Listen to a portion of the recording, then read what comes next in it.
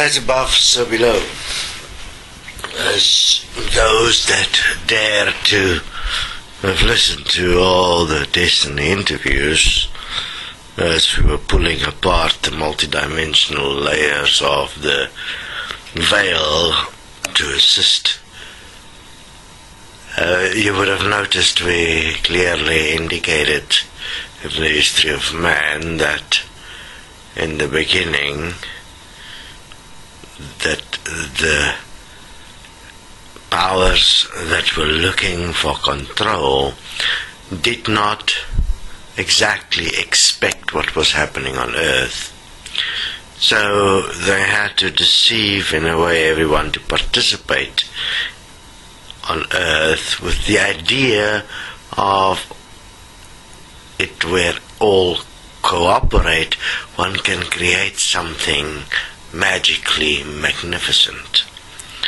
What they did not explain, obviously, what was going on behind this. Again, here one must understand, as above, so below, is the core context of this reality. And what was created then as a facilitating process within the occupation of earth was the soul. The soul from the perspective as a vehicle within which all the knowledge that was accumulated on earth was deposited upon death, and then it was stored to be studied to decide how exactly to trap everyone within cycles for eternity, so that those that wish to be God can be God, and the rest can be servants.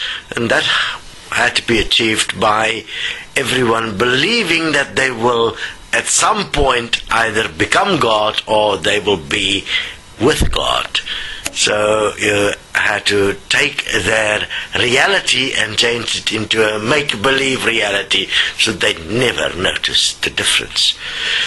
So to build your idea about human endeavor on history and stories of history from the perspective of some greatness that existed is a fallacy. Those greatnesses were purely used and abused to install inevitably a system as what you have now in the world, where the few control the many, and it is done in a way where you can't see it because it's hidden behind veils and projections and imaginations. As above, so below. Exactly what happens on earth now happened in heaven first. You are purely looking at the reflection of heaven. When you died, you ended up without any idea of what is really going on, because if you dared to question it, you were purely banned to the demon dimension.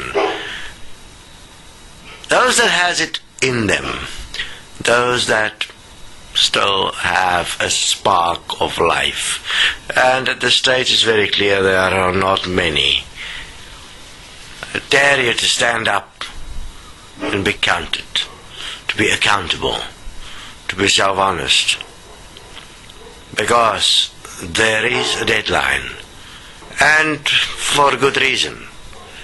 Because if you can't stand here, you can stand nowhere. Life will be the key. Will you be life?